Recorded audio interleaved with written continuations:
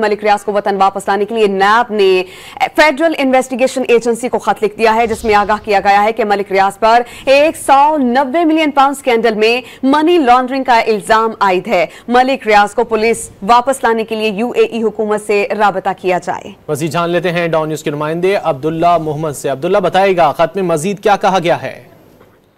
हुकूमत ने बेरिया टाउन के मालिक मलिक रियाज को वापस लाने के लिए अमली इकदाम शुरू कर दिए और इसी सिलसिले में नेब जराए का दावा है कि वफाकी तहकीकाती इदारे FIA को नेब की जानिब से खत लिखा गया है और उस खत में कहा गया है कि मलिक रियाज पर 190 मिलियन पाउंड स्कैंडल में मनी लॉन्ड्रिंग का इल्जाम है और मलिक रियाज इस केस में इश्तहारी और मफरूर है और दुबई में इस वक्त रुपोश है। मलिक रियाज को खत के मुताबिक हमारे जराए ने दावा किया है कि मलिक रियाज को वतन वापस लाने के लिए UAE हुकूमत से राब्ता किया जाए और इसके साथ साथ FIA इंटरपोल के जरिए मलिक रियाज की वापसी के लिए हंगामी बुनियादों पर इक़दाम करे। ये नेब की जानिब से FIA को खत लिखा गया और हमारे जराए के मुताबिक मलिक रियाज को वापस लाने के लिए हंगामी बुनियादों पर इक़दाम जो है वो जारी है। जी बहुत शुक्रिया अब्दुल्ला मोहम्मद इन तफसीलात के लिए।